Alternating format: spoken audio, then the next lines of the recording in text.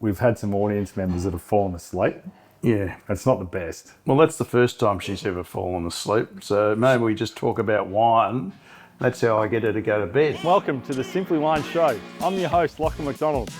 Please give it up for the incredible wine hulk, Justin Hurricane Harcourt. Welcome, my friend. Oh, seriously. I love lighting fires. Of course you do. Oh. And we've got a pretty cool wine here tonight. We've got a Julian Hart 2024. I'm going to probably pronounce this incorrectly. It's a Pies Porter, and it's a Riesling, and it's from Mosel, and it's one of the upcoming rock stars. Cheers. Welcome. And I have tasted this before with you, and this wine is spectacular.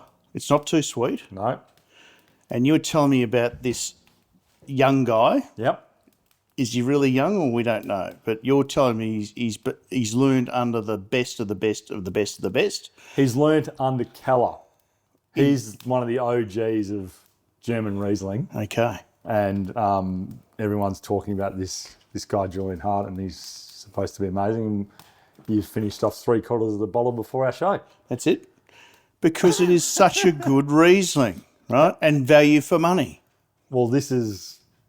I think it's about $140 a bottle. Oh, great value for money, because I didn't have to pay for it. And you're providing it. Yep. Now, it's a 2024. And so when you drink this Riesling, Justin, Yes. what do you think about? I just think about how lucky I am here to be here with you, drinking a wonderful wine. But I am thinking, how long can this go? What's the legs on this thing? Do you think this would go, forever?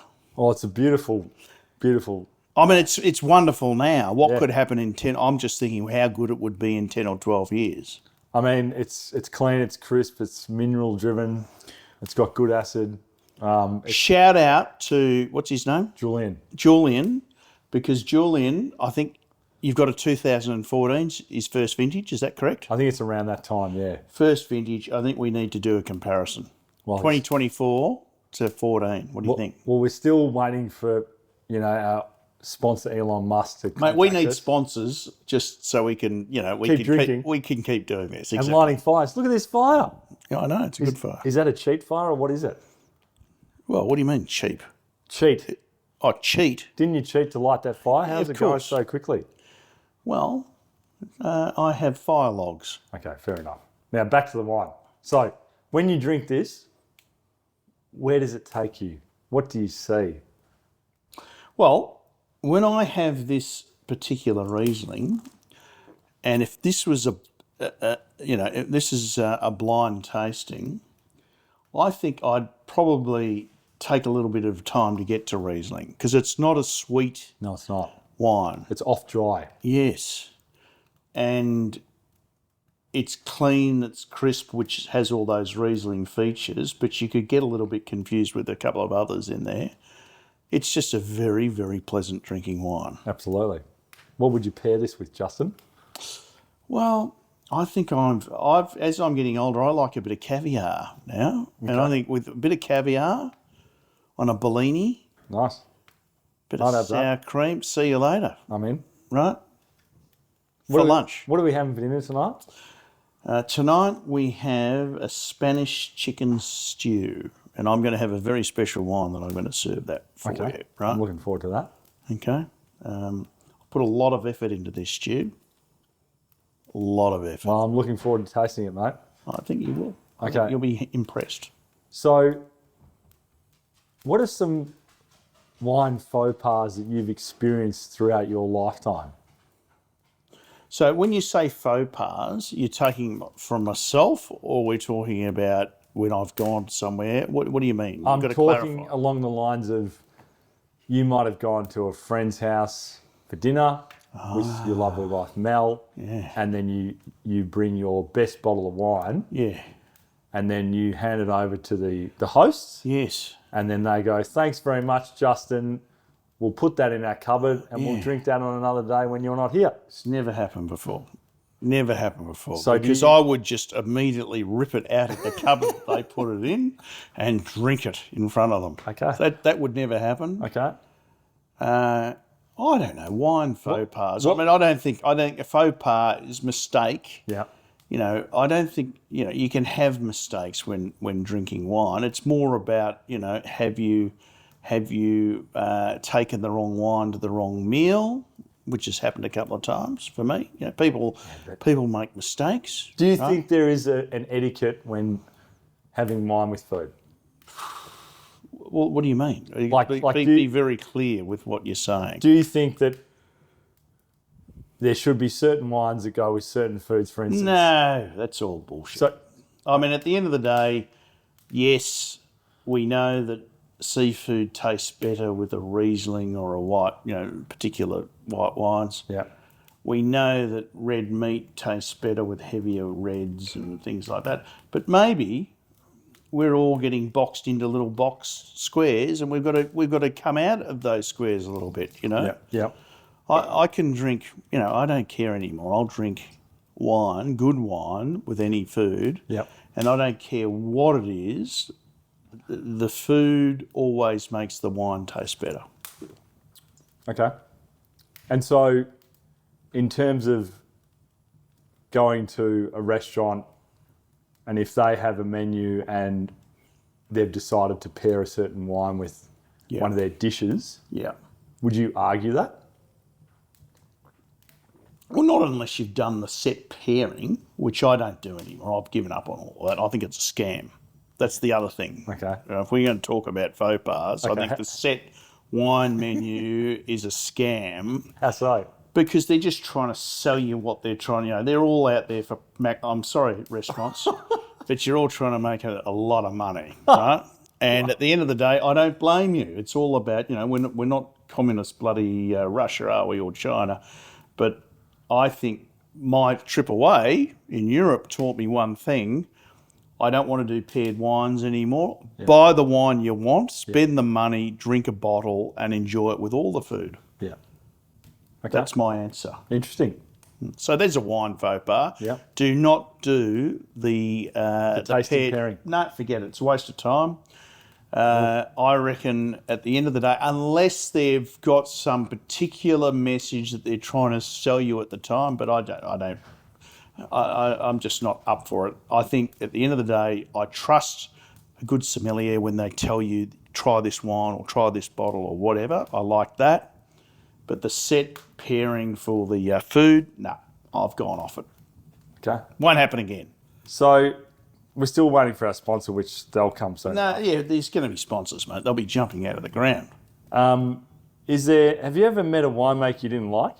Oh, heaps. Like who? I don't mention names. Come on. But let's face it, Look, all not many- winemakers are they're all a little bit strange. Are they? Yeah, none of them, I have never met one winemaker that's any good that hasn't got some type of nuances or is an extrovert or introvert or whatever it is. Do you think it They've got comes something. from, like, because they're so in tune with what they're doing that they're becoming a part of the wine in essence? Well, I don't want to jump into their brain. I think they're crazy enough to start with to be a winemaker. Yeah. It wouldn't be something that you would choose to do as a profession. I think they're born into it, or it's passion, isn't it? Yeah. It's beyond what I can understand. But you're passionate about food and wine. You love it. Yes, but I like eating and drinking it. Yeah. I don't like making it. Yeah. Well, you love making food. You're a great cook. I can cook for 2 or 3 or 4. No, you're. I don't cook for 100 people. No. Right? I have no patience at all anymore. My patience level is 0. Yeah, so I couldn't deal with all the whinging and the whining and everyone worried about this and how you're going to deliver that. It's just way too hard. So I don't know how, hats off to people who have that type of patience. It's not me. Okay, so that brings me to you saying you having no patience. How would you describe the wine list on the plane that we've just flown on? Oh. Are we talking... Am I allowed to say their name? Well, you just did. Well, they're not going to be a sponsor, that's for sure. Well, you never know. They might come out and say, look, we appreciate your feedback. Let's hope. How would you describe the? Well, forget about the food because the food was inedible. And I just thought, I knew that was going to be the case. We weren't going to start with the food. But there was a couple of wines in there, and you were kind of screaming over the back. There was a champagne, wasn't there, that you kind of highlighted. There was a champagne, but they didn't have it. They didn't have it. No, they didn't. Anything that was any good, they didn't have. Yep. So in the end, we started drinking Scotch and dry. That's right. And they didn't know the portions, so they obviously don't. Whiskey, they don't call it. They call whiskey. Yep. Whiskey, and they just give you 3/4 a cup of whiskey and a little bit of dry. Yep. So that got me to sleep. Yep. Would you fly with them again, based on your experience? Oh no. Well, my experience is I'm happy that they got me there and back. Yeah. That's number one. Yeah. So that's a tick. Yep. But the food and the wine. The food and the wine and the food. Yeah, but do you go on a plane for food and wine? Yeah, maybe, probably not. I don't know. What's the answer? Do you really? It's like the castle, isn't it? They went to Bali or something. They spoke about the plane trip. Yeah. Have you seen the castle? Yes, I've seen the castle, mate. Okay. Well, you're just a young lad. I'm trying to keep you updated. Now, if there was anyone that you could share a bottle of wine with in the world, yes, over dinner or lunch, who would it be, Justin? Anyone in the world, alive or dead? Alive or dead. Okay. Well, I think there's a lot of interesting people. That's a big ask. Well, who? You've got anyone? Well, mate, now I know Benjamin Franklin said that quote. What did he say? What did he say? Come on. God created wine to make us all feel so happy, basically. That's it. So he's number one. Okay, so you get to have lunch or dinner with Benjamin Franklin. Yeah. What are you going to share with him? Oh, as a wine? Yeah.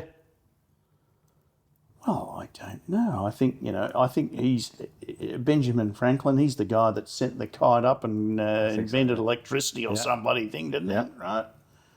So maybe we'd look at, I think for him, I'd be going to more of a Western Australian Margaret. I'd go an Art Series Chardonnay. I think he'd enjoy that. Yeah, okay, cool. What do you think? I think that's good. That's cool. And where would you do it? Where would you have your... Well, mate, we'd go back to Margaret River, obviously. You'd have it in Margaret River. He's never been there, that's for sure. Yeah. I think he'd find that amazing. Benjamin Franklin, mate. It would be cool. I'd like to see that. Maybe AI can reproduce him and then you've got your lunch. AI can do anything. But you can't make wine. Well, apparently it can, but it won't make it with any soul or heart. But it's going to learn from the human. It's going to copy exactly everything that the human does, and then it's going to try and make it better. I think let's have a taste when it does. Well, and off we go. I'm keen to try. Has it started? You're saying it's starting. Well, I think it's. Well, they're getting robots into vineyards that are picking the grapes, and maybe I'll be dead by then. I don't think so. I reckon we're going to be, in a few years' time, we're going to be sitting here having a wine made by AI. I'm open. I'm one of these people. I never say no. Yeah, I'd try it. I'll try anything once. Is there anything you don't want to try, other than airways? Well, I've had most.